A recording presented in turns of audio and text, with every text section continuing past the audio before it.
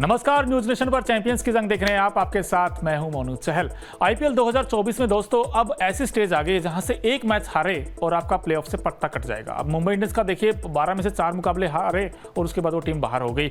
अब ऐसे में मैच नंबर 59, अब दो ऐसी टीमें हैं, एक तरफ गुजरात टाइटंस है और दूसरी तरफ चेन्नई सुपर किंग्स है। अब सीएसके के लिए भी ये मैच काफी इंपॉर्टेंट है, लेकिन गुजरात टाइटंस के लिए मुकाबला तो करो या मरो जैसा है, क्योंकि ये हारे तो फिर प्लेऑफ से बाहर। तो ऐसे में शुभमन गिल एंड कंपनी का रियल टेस्ट होने वाला है सीएसके के सामने। हालांकि ये अच्छी बात है गिल के लिए कि ये मैच घर पर खेले जाएगा, अहमदाबाद के नरेंद्र मोदी स्टेडियम में खेला जाएगा। तो ऐसे में शुभमन गिल की टीम की पॉसिबल प्लेइंग 11 क्या हो सकती है और इसके अलावा सीएसके की प्लेइंग 11 क्या हो सकती है, हेड टू हेड में कौन सी टीम आगे है, कौन सी टीम पीछे है, वेदर क्या कहता है और साथ ही साथ भाई पिच रिपोर्ट सबसे इंपॉर्टेंट, नरेंद्र मोदी स्टेडियम की पिच क्या कहती है वो भी हम आपको बताएंगे। अगर आप फैंटेसी के दीवाने हैं भाई कैप्टन और वाइस कैप्टन किसे पिक करना है उस पर भी नजर डालेंगे। लेकिन सबसे पहले बात करते हैं भाई गुजरात टाइटंस और चेन्नई सुपर किंग्स की दोनों टीमों की। भाई गुजरात टाइटंस वो टीम है जो पिछले 5 मैचों में से सिर्फ एक ही जीते हैं और 4 हार हैं। तो ऐसे में उनके लिए कहीं ना कहीं कर मरो वाली सिचुएशन है। लेकिन दूसरी तरफ सीएसके के लिए दिक्कत यह है दोस्तों कि अपनी अगर बॉलिंग देखें, वो खासकर पेस अटैक में मुस्तफिजुर रहमान अब वो नहीं होंगे इस टीम के साथ, वो वापस चले गए बांग्लादेश। इसके अलावा दीपक चाहर,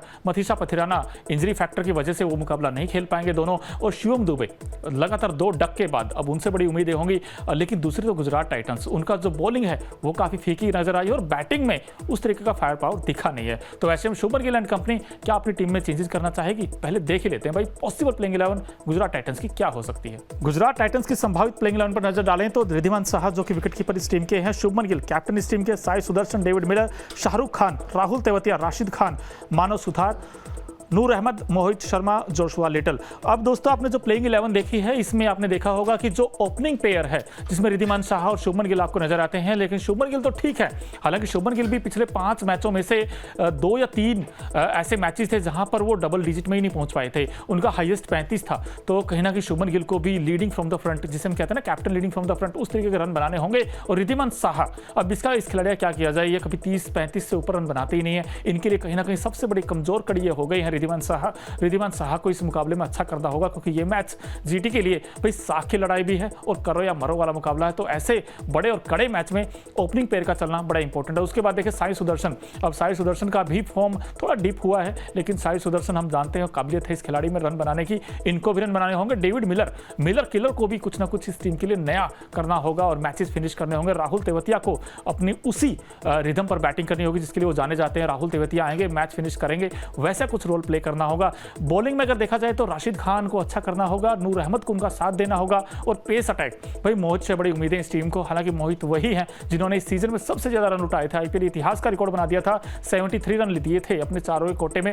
तो मोहित को अच्छी गेंदबाजी करनी होगी, नूर अहमद को अच्छी गेंदबाजी करनी होगी, यानी कि तीनों डिपार्टमेंट में सीएसके के खिलाफ जीटी को सुपर हिट परफॉर्मेंस देनी होगी, तब जाकर इसका काम हो सकता है। लेकिन सामने जो सीएसके है उनमें भी वीक लिंक है यार, जैसे हमने आपको बताया कि बॉलिंग उनकी दिक्कत है, साथ ही साथ बैटिंग में उस तरीके के रन नहीं आए थे। पंजाब के खिलाफ जो पिछला मुकाबला हुआ था, जीते जरूर थी ये टीम, लेकिन कहीं ना कहीं बैटिंग में भाई बहुत सारे वीक लिंक थे। इनकी जो बैटिंग है वो ऋतुराज गायकवाड़ के आसपास ही रिवॉल्व करती है। ऋतुराज गायकवाड़ का आउटस्टैंडिंग फॉर्म रहा है सीजन में, देखा जाए तो विराट कोहली के आसपास ही वो आपको नजर आएंगे। अच्छा कॉम्पिटिशन है विराट वर्सेज ऋतुराज गायकवाड़। आप भी बताइए दोस्तों क्या लगता है ऑरेंज कैप कौन लेकर जाएगा, ऋतुराज का राज होगा या फिर विराट के ठाठ होंगे? यार इन दोनों में से कोई एक ही लेके जाएगा, उम्मीद यही करते हैं इंडियन ही लेके जाएं। लेकिन ऐसे में जो सबसे इंपॉर्टेंट ये है कि पॉसिबल प्लेइंग 11 क्या हो सकती है सीएसके की जीटी के खिलाफ, वो भी देख लेते हैं यार।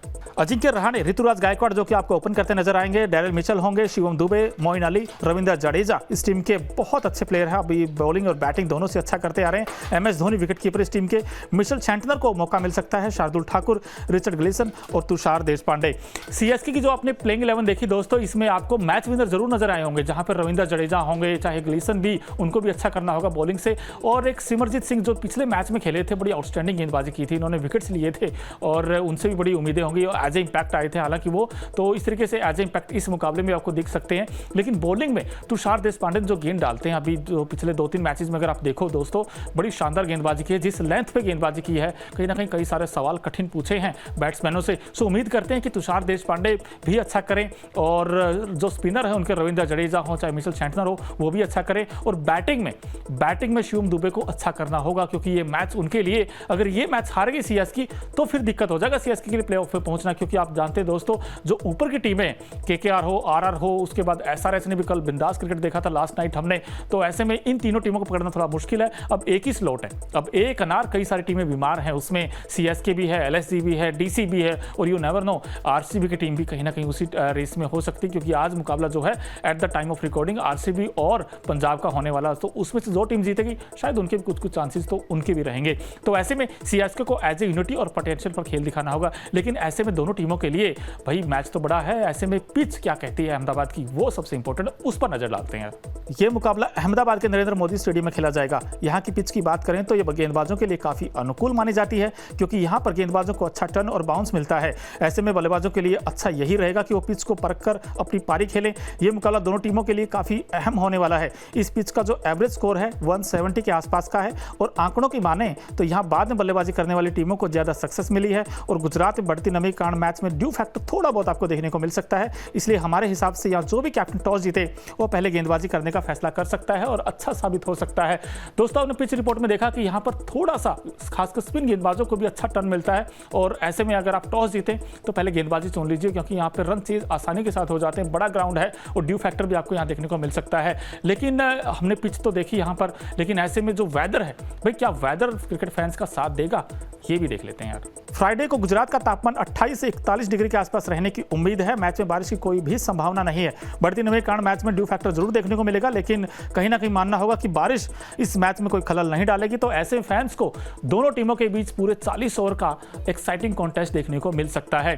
फिर दोनों टीमों में अगर देखा जाए भी हेड टू हेड में कौन सी टीम आगे है, कौन सी टीम पीछे है, वो भी देख लेते हैं यार। GT versus CSK IPL head to head में 6 मुकाबले दोनों टीमों के बीच खेले गए हैं, जिसमें से चेन्नई ने भी 3 मुकाबले जीते हैं और साथ ही साथ गुजरात ने भी 3 मुकाबले जीते, यानी कि दोनों की टीम में अगर देखा जाए दोनों टीमें बिल्कुल एक ही लेवल पर है। लेकिन ये मैच उनके लिए बड़ा डिसाइडिंग फैक्टर हो सकता है। जो ये मुकाबला जीतेगा भाई हेड टू हेड भी उसी का साथ देगा। ऐसे में दोस्तों हमने आपको प्लेइंग 11 बताई, पिच रिपोर्ट बताई, वेदर अपडेट आपको दी, लेकिन अब रह गई सबसे इंपॉर्टेंट फैंटेसी। अगर आप फैंटेसी के दीवाने हैं और कैप्टन वाइस कैप्टन पिक करना चाहते हैं तो मेरी तो ये राय है कि आप शुभमन गिल को आप कैप्टन बना दीजिए दोस्तों।